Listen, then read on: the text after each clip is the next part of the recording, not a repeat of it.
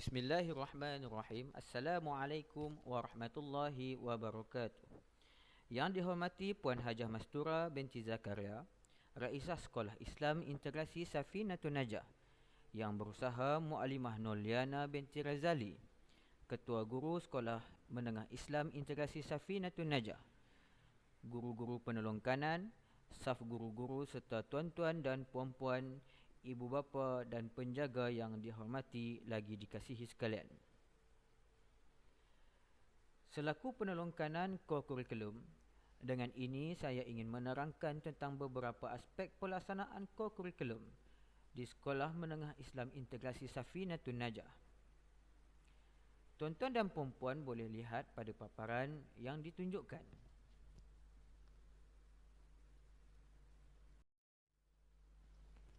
Yang pertama, apakah itu co-kurikulum? Co-kurikulum adalah kegiatan. Co-kurikulum artinya apa-apa kegiatan yang dirancang daripada proses pengajaran dan pembelajaran di luar bilik darjah, yakni co-kurikulum yang memberi peluang untuk menambah, mengukuh dan mengamalkan kemahiran dan nilai-nilai yang dipelajari di dalam bilik darjah.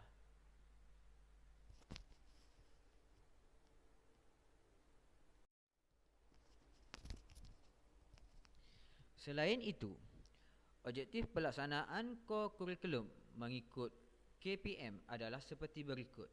Yang pertama, melahirkan warga sekolah yang berketerampilan dan berdaya juang yang tinggi, melahirkan insan yang seimbang dan mewujudkan masyarakat yang penyayang, menjadikan sekolah sebagai tempat rekreasi, sumber inspirasi dan sumber ilmu pengetahuan, memaksimumkan penggunaan teknologi maklumat, memberi peluang sama rata kepada semua pelajar, dan yang terakhir, menyediakan ruang dan peluang untuk pelajar mengikuti aktiviti yang diwujudkan.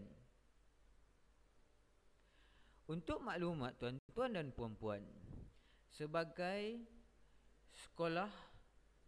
sebuah sekolah agama di Safinatun Najah,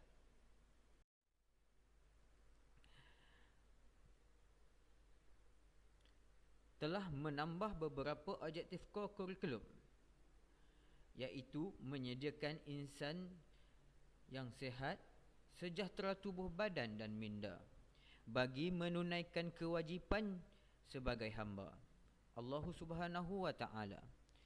Yang kedua, berkhidmat dan berbakti kepada kedua orang tuanya.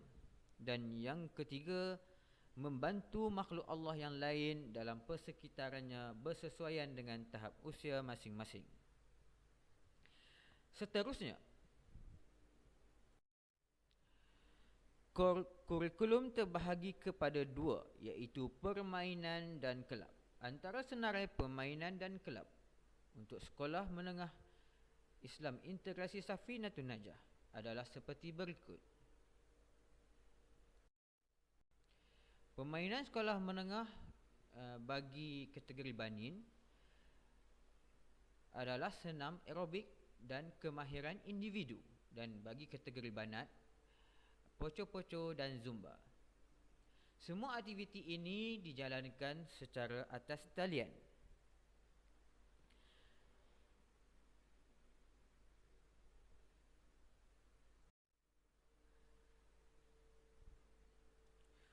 Untuk bahagian kelab dan juga persatuan, Sekolah Menengah Integrasi Safinatun Najah telah menyediakan 5 buah kelab. Yang pertama adalah Kelab Parabios ataupun dikenali sebagai Seni dan Budaya. Yang kedua, Kelab Al-Kindi ataupun Sains, Matematik dan Teknologi. Yang ketiga, Kelab Insaniah ataupun dipanggil sebagai Kemanusiaan. Yang keempat, Kelab Tijarah ataupun dikenali juga sebagai Kelab Keusahawanan. Dan yang terakhir adalah Kelab Robotik.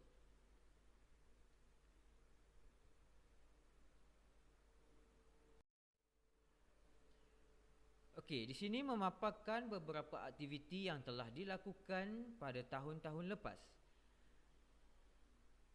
Kelab Robotik telah memenangi anugerah khas Reka Cipta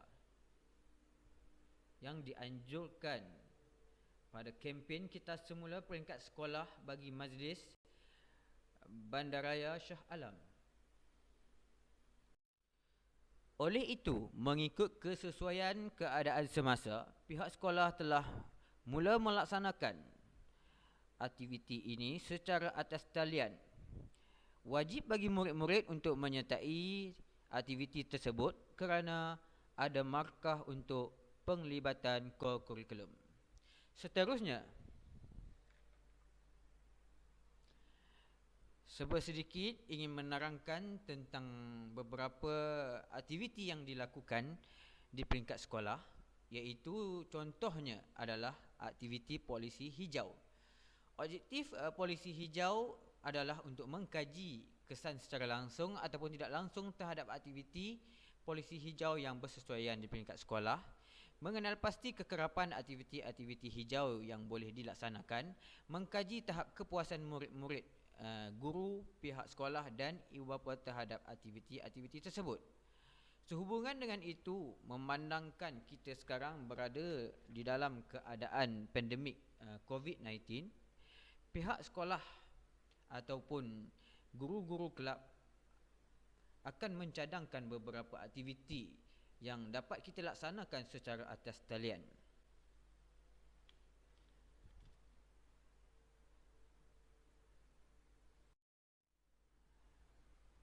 Okey, kita pergi pula kepada tujuan polisi hijau sebentar tadi. Tujuan dia adalah untuk memelihara serta memelihara kelestarian alam sekitar demi menjaga bumi lebih indah, bersih, sihat dan hijau di samping mengurangi dampak pemanasan global.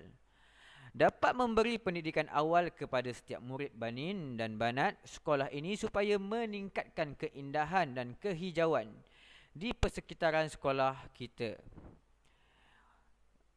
Tetapi disebabkan berlakunya pembaharuan pada tahun ini, kita ubah persekitaran sekolah kepada persekitaran rumah masing-masing. Seterusnya, demi meningkatkan kesedaran sivik dan memberi pendekatan secara holistik bagi aktiviti-aktiviti yang akan dijalankan di sekolah maupun di rumah. Seterusnya, untuk memelihara serta memelihara kelestarian alam sekitar demi menjadikan bumi ini lebih indah, bersih, sihat dan hijau di samping mengurangi dampak pemanasan global.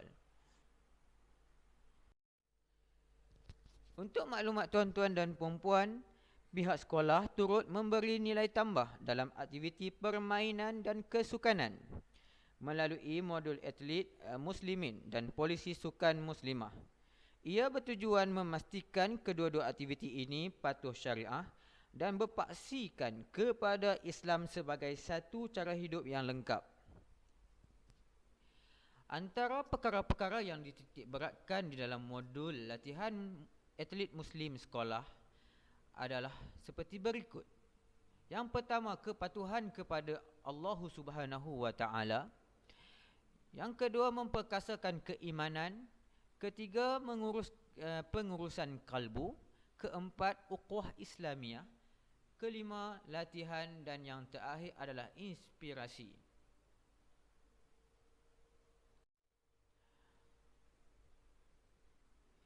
Polisi sukan muslimah adalah satu polisi sukan yang bertujuan untuk melahirkan murid-murid perempuan yang mampu menjalani gaya hidup sihat dan aktif bersukan tetapi mengikut syariat Islam sesuai dengan visi sekolah, iaitu meyakini pendidikan Islam adalah jalan terbaik untuk membawa perubahan di dalam kehidupan.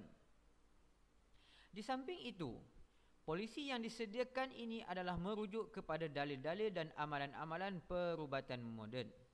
Sebagai satu cara hidup lengkap, Islam tidak menghalang kanak-kanak perempuan dan kaum muslimah melibatkan diri bergiat aktif dalam sukan. Walhal, sesuai dengan gaya hidup moden dan mencabar para muslimah, sepatutnya disediakan peluang-peluang bergiat aktif dalam kesukanan. Namun, semua kegiatan tersebut mestilah patuh syariah. Okey, bagi memastikan kepatuhan syariah tersebut, batas-batas bagi wanita yang akhir balik telah ditetapkan.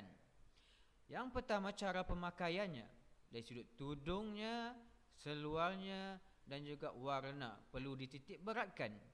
Dan yang kedua adalah tempat. Tempat bagi memastikan bahawasanya tiada penyokong dari kalangan lelaki. Jenis sukan yang diberikan tiada pergerakan yang terlalu menonjol dan menarik perhatian jika di tempat yang terbuka. Dimaklumkan jika tempat yang tertutup tiada masalah. Okey, yang keempat, pergaulan diasingkan dari peserta lelaki. Dan yang kelima adalah suara. Okey, tidak memekik hingga keterlaluan untuk menyorak pasukan. Dan yang terakhir, niat mencari keredaan Allah Subhanahu wa taala. Tuan-tuan dan puan-puan, sebelum saya akhiri kalam saya pada hari ini, saya bawa sedikit harapan daripada Safinatun Najah, iaitu yang pertama, murid-murid terlatih untuk membudayakan gaya hidup yang sihat dan diredai Allah. Yang kedua, terlibat aktif dalam pelbagai program bermanfaat untuk diri, keluarga, masyarakat dan juga ummah. Yang terakhir adalah menjadi contoh kepada generasi muda, atlet ataupun aktivis Muslim yang berkemahiran tinggi tanpa menggadai prinsip Islam. Akhirnya ucapan harapan tersebut maka berakhirlah taklimat bagi penolong kanan core kurikulum pada hari ini. Sekian, wabillahi taufiq wal hidayah. Wassalamualaikum warahmatullahi wabarakatuh.